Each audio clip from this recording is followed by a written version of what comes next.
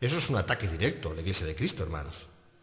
¿Nos parece grave el hacer este tipo de declaraciones con el fin de defender una postura doctrinal, por otra parte indefendible desde la profecía bíblica? Nunca jamás las denominaciones o concilios han sido un problema como tales para la Iglesia. Siempre han estado para ayudar a lo organizativo de la misma. Esa ha sido su razón de ser. No vemos en esos concilios nada malo en sí.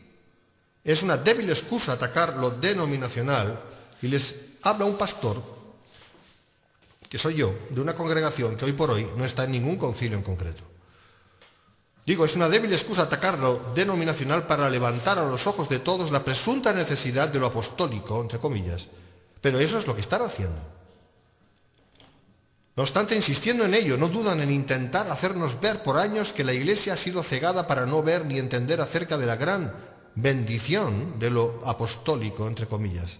Una vez más, lo siguiente es declarado por el firmante de una de esas redes apostólicas aquí en España. Cito: «Hoy creemos necesario volver a la verdad de la palabra y no manejarnos más por doctrinas de hombres que por años nos han sometido a su grave error doctrinal que ha llevado a la Iglesia a un mover farisaico, reglas humanas y doctrinas de hombres que han conducido a la Iglesia a un gobierno, entre comillas, democrático, falto de santidad, temor de Dios y sin afecto natural». Y yo me hago una pregunta: ¿por quién habla este señor cuando dice todo esto? Ahora, resulta que después de tantos años de estar sometidos a, entre comillas, grave error doctrinal que ha llevado a la Iglesia a un, entre comillas, mover farisaico incluso, etcétera, etcétera, ahora esta ya está preparada para ser librada de todo ese mal gracias a la intervención del ministerio apostólico, entre comillas, que por fin ha sido restaurado. ¿Cómo se puede tener la osadía de decir estas cosas y después de escribirlas no retirarlas inmediatamente de la vista del público? Seguimos. Punto 4. Cuidado, hablamos de autoridad.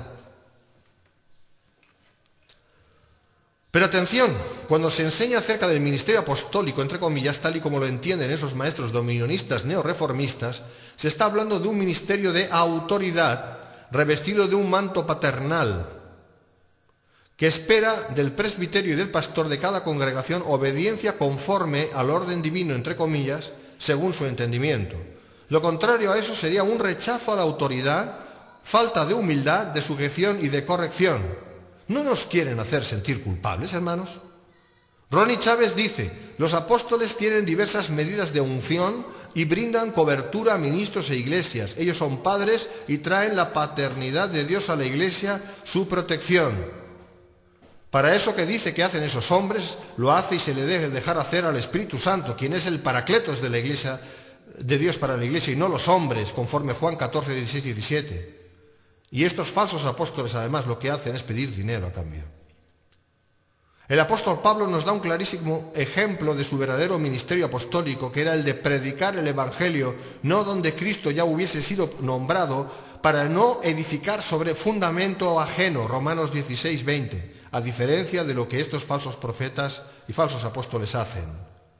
Pablo iba a los lugares donde Cristo no había sido anunciado y predicaba allí.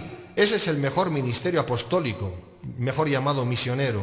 Y los que así hacen, estos son los verdaderos apóstoles, mejor enviados o misioneros. Estos como Pablo, cuando el Señor añade los que han de ser salvos, ya que la salvación es del Señor y no del solo esfuerzo del hombre, se ocupan en ayudar a los recién convertidos, enseñarles, protegerles, etc., como hacía Pablo, hasta que alcanza la madurez necesaria para hacer lo propio. Si así se hiciera, en vez de perder el tiempo en zarandajas, antes cumpliríamos con la gran comisión, hermanos.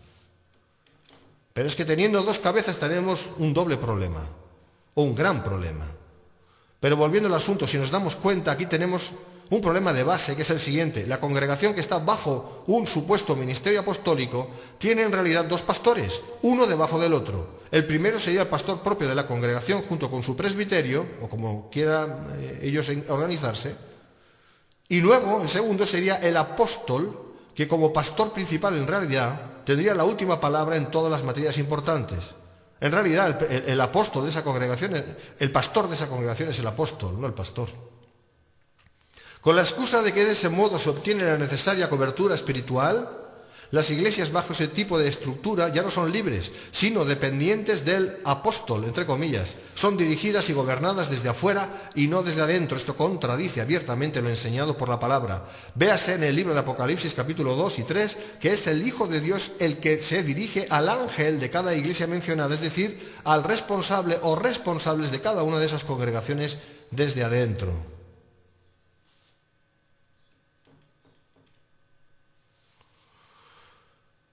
Tenemos un gran problema aquí, hermanos.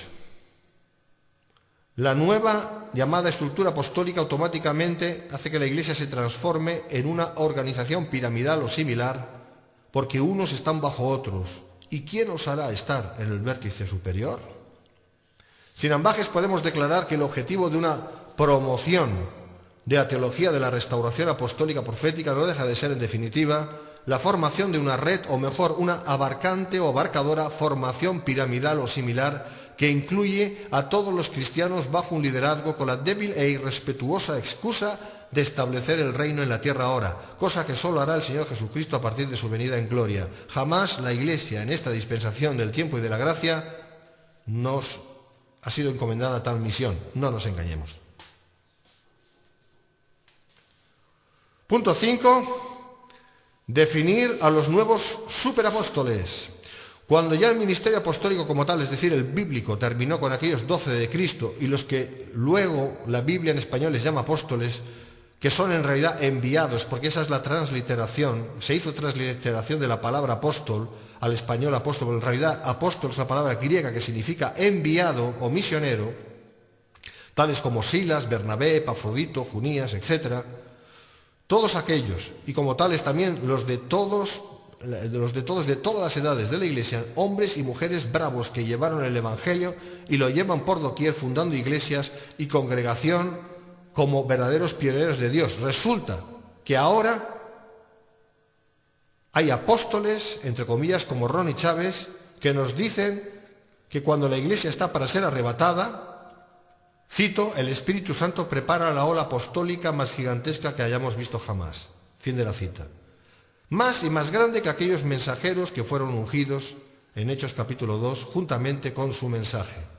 Qué triste es esto, hermanos.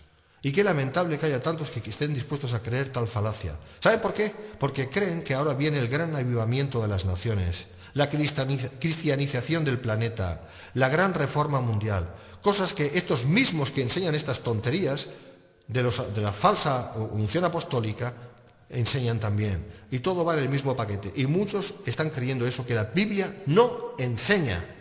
Sigo. Punto 6. Vamos a ver cosas más concretas acerca de la cuestión de los apóstoles de Chávez.